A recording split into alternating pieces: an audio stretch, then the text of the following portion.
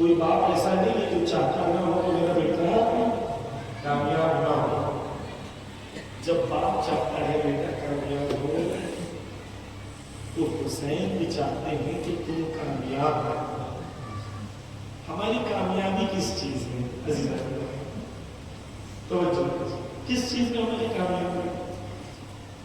اس چیز میں ہماری کامیابی ہے کہ کربلا میں حسین بن علی نے ایک صدا بلند کی تھی، کہا تھا حل من ناصر ینصرنا، ہے کوئی جو میری مدد کرے، کوئی میرا یاور و ناصر و مددگار بنے. حسین نے یہ نہیں کہا تھا کہ ہے کوئی جو مجھ سے مدد لے، حسین نے یہ کہا تھا ہے کوئی جو میرا مددگار بنے. یہ 2 مہینہ 8 دن مجھے اتنی پریکٹس کرنی تھی کہ جب آخری حسین اور وقت کا امام کہے حل من ناصر ینصرنا تو میں اس لائق ہو جاؤں کہ میں کہہ سکوں لبیک یا حسین، لبیک یا حسین، لبیک یا حسین، لبیک یا حسین، لبیک یا حسین، حیدری آواز بلند سلام، اللہم صلی علی محمد وآل محمد. بس میں خود کو تیار کر پایا حسین بن علی کی راہ میں، ان کی خدمت میں غلام بن کر پہنچنے کے لیے.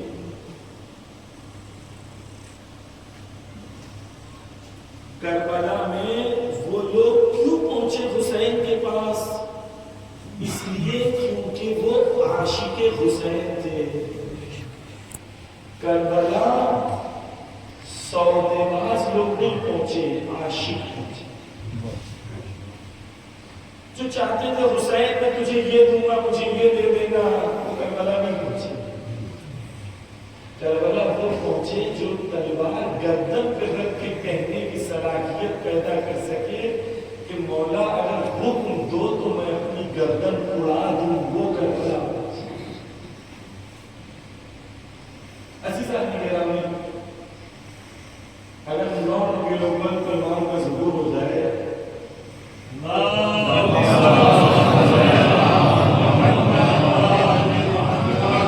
امام کہیں کہ مجھے سپاہیوں کی ضرورت ہے، ہم میں سے کتنے چلے جائیں گے؟ کتنا ہم نے اپنے آپ کو تیار دیں؟ جو لوگ عزیزان گرامی یہ سمجھتے ہیں کہ امام آئیں گے تو ہم چینج ہو جائیں گے، ایسا نہیں ہے.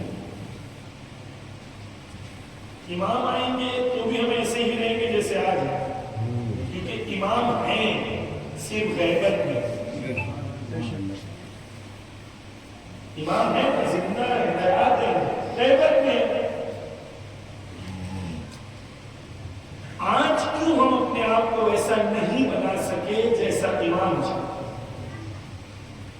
کیسے بننا ہے؟ اس طرح کی ہمیں غور کرتے ہیں. دعائیں ہم کیا پڑھتے ہیں؟ مولا ہمیں ان میں سے بنانا کہ جب ہماری موت آئے تو آپ ہمارے شانوں کو ہلانا. میں قبر میں چلا جاؤں تو میرے شانوں کو ہلانا، اور میں شمشیر لے کے آپ کے ساتھ آپ کے لشکر میں آؤں. یہ کہتے نا دعائیں ہم. سوال کون جائے گا امام کے ساتھ شمشیر لے کے؟ علماء کہتے ہیں وہ جائے گا جو یہ دنیا میں امام کا سپاہی بن کے زندہ رہا لیکن اسے موقع نہیں ملا امام کے ساتھ لڑنے کا. تو امام بولیں گے تم نے سپاہی کی زندگی گزاری ہے، اب میں تجھے سپاہی بن کے اٹھاؤں گا، آ میرے ساتھ لڑنے کے لیے. میں نے گزاری سپاہی کی طرح زندگی. میں نے زیارت عاشورہ میں کیا پڑھا؟ انی سلم لمن سالمکم وحرب لمن حاربکم. مولا میں حالت امن میں ہوں ان کے ساتھ جو آپ کے ساتھ حالت امن میں ہے، اور میں حالت جنگ میں ہوں ان کے ساتھ جو آپ کے ساتھ حالت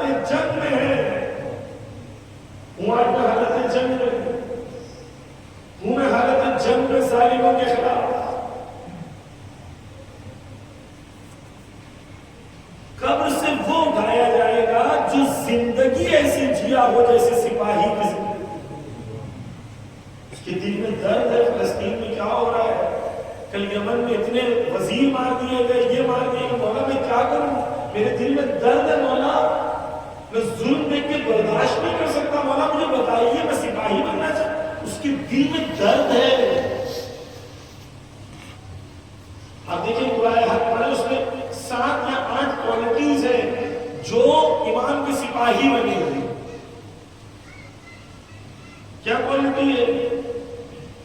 پہلی کوالٹی, وہ تمنا کرتے ہیں کہ امام کے مددگار بنے, امام کے ناصر بنے, امام کے مشن اور مقصد میں ان کی مدد ہو.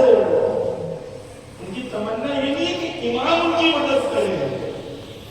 امام کریم ہے وہ زمانے کی ولادت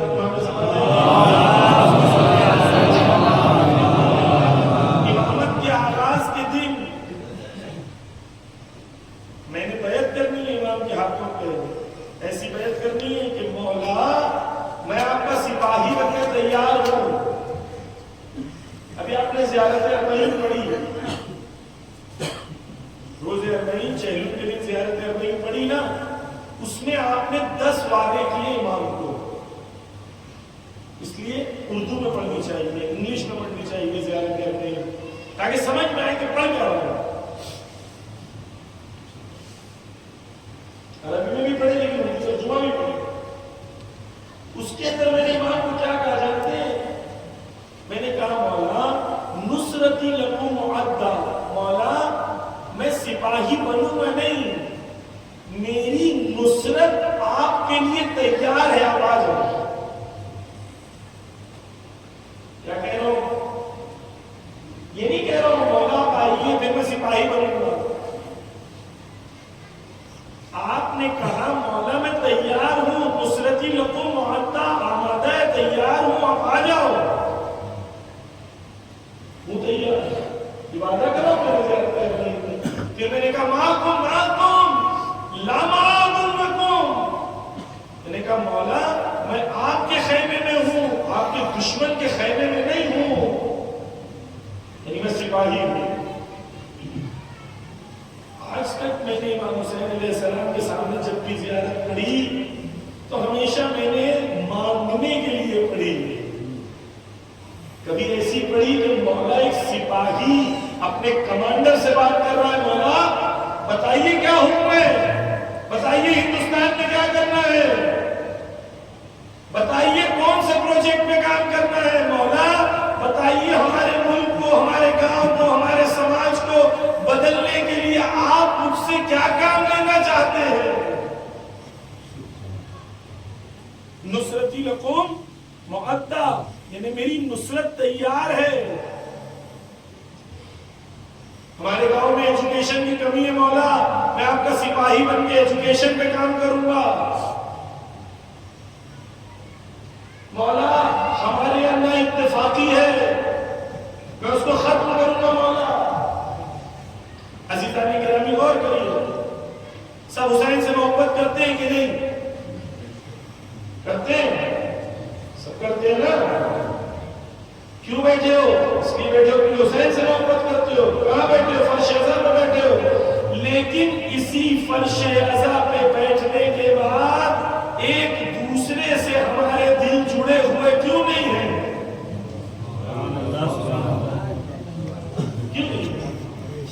کیوں نفسہ نفسی ہے, کیوں شیطان حاوی ہے؟ توجہ کیجئے, ایک ہدیہ امام حسین کا دیا. امام حسین نے کیا کہا جانتے ہیں؟